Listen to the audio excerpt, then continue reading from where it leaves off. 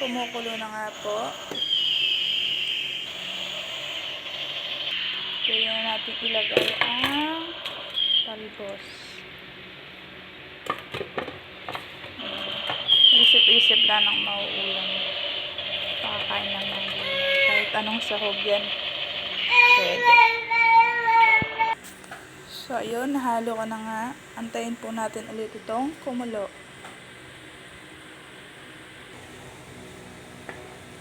Ayun. Kumukulo na siya.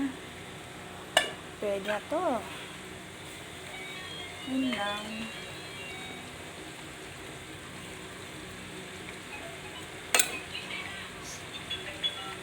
First time ko pong magluto ng talbos ng kamote with talong na ang sahog ay corned beef. Tinry ko lang po kung okay siya. So yun guys, goods naman ang lasa. Masarap po siya.